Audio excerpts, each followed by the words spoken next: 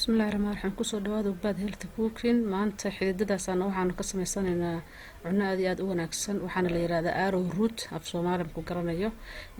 Marka faa'iidooyinkiisa baanu rabnaa inaan u galno, sidaas quruxda badan baanu u sameysanay. Faa'iidooyinka laga helo waxaa ka mid ah inuu wareeg dhiigga hagaajiyo, waxaana ku badan ironta dhiigga kordhisa iyo maadada kubarka qofka cunana anemia ma noqdo. waxaa kaloo ka mid ah inuu jirka hagaajiyo maadaama fitamiin fara badan fitamiin B ku jiraan, dhacaanka iyo waxaas oo dhan caloosh ku shaqeystan oo jirka u kordhiyo. waxaa kaloo ka mid ah inuu dhalmada hagaajiyo, waxaa ku badan fitamiinis oo dhan iyo maadada tan la yiraahdo folate-ka, tubeskana wuu hagaajiyaa. waxaa kaloo uu ku jira inuu calool fadhiga uu yareeyo.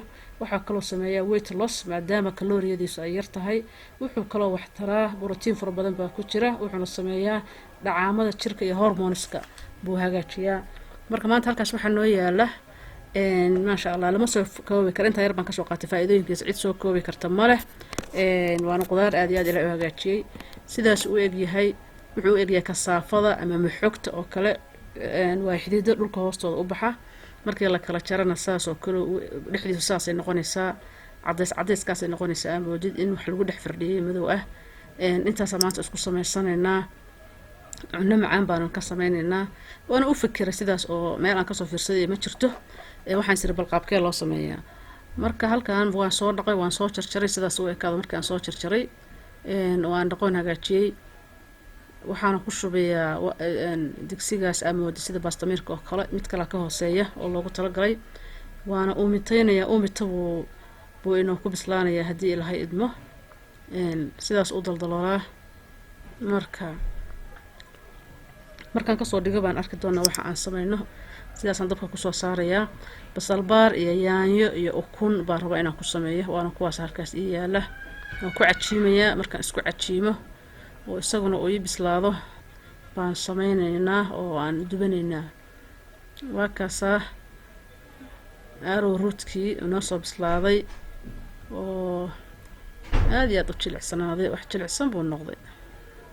soo ma jeedaan, uumitadu marbay ka kuleyl badan tahay kuwa kale. biyahaas baana kusoo kariyey. marka insha Allah waa burburinayaa. wax xoog la qaadanayaa, qaadada oo saas loogu riixo oo midda soo burburisa baan isticmaalayaa. hadda firgatadan waxa ma ahan, aad baan soo burburinayaa. waa kaas aniga soo burburiyey oo budo ka soo dhigay gabigiisiiba. markuu burbur sidaas uu noqday, sidii cajiinka kale u ekaaday. halka spices baa iigu jira ama waxyaalaha kan xawaashiyo iyo barbarooni shiidan iyo xawaash shiidan iyo in yar basbaasaan ku darsaday. halka kana waa kabsaradii iyo yaanyadii iyo basashii basal baarta ahayd weeye halka kan. marka waa isku soo cajiimayaa. intaas oo dhan waa isku cajiimayaa, intaas oo dhan haddii ilaahay idmo. waxaana ka dhigayaa sida cajiinka oo kale aan ka dhigayaa haddii ilaahay idmo. ukuntii baan ku daray. ukunta haddaan ku darana waxba inooma harin. marka insha Allah waa soo cajiimayaa. codka dib baan ka saaray. waa kaas sidaas quruxda badan buu noqday. codka dib baan ka saaray haddaan wax khaldo alla raali ahaado, ama codka iyo xoogaa waxa kala daahaya. waxa aan sameynaya baa xoogaa kala daahaya. xabad u horeysaan ku shubnaa u jeedaan, wax qurux badan buu noqday. oo maxaa ku raday la isaga injaan gareyn karo maalintaas habeenkaas walaalayaa markii la cunay. wax aad iyo aad u wanaagsan oo macaan buu ahaa. sidaasaan kusoo wadaynaa. wuxuu la mid yahay sida kasaafada, maxaa ku raday bataatada sida hoosaas ugu baxaan oo kale. kasaafada yaamka midka la yiraahdo waxaa aad iyo aad u isticmaalaa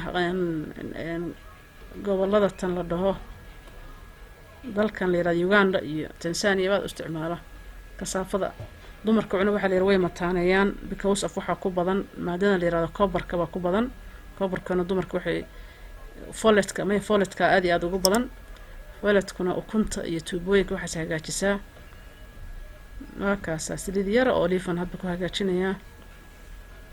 cunnadaas quruxda badan buu noqday, aan burna ahayn oo kalooriyadiisa oo hayso so low kalooriya weeye calashaan enerjigiisa waa energy oo caafimaad qaba oo aan kugu kordhinayn baruur oo aan carbohydrate fara badan uusan ka buuxin weeye cashaba ka dhigan kartaa booska waxaad gashan kartaa burka ama rootiga sidaasaan kusoo wadaynaa ilaa aan soo dhammayno asxaabta ogbaad waa soo dhammaynay intii aan kasoo duwan karnaa kasoo dubnay mindidan saa ugu kala jaray soo ma jeedaan waxaas quruxda badan oo gaduudan oo hilibka u eg buu noqday maasha allah tabaarakallah halkaasna waxaa ii yaala caanahan garoorka ama maalada la dhaho oo wax yar liin dhanaan aan kusoo daray qofkaan rabina sidiisa u cunayaa yaa wax aad iyo aad u macaan qofkii kalena caanahaas yarkaaba ku darsaday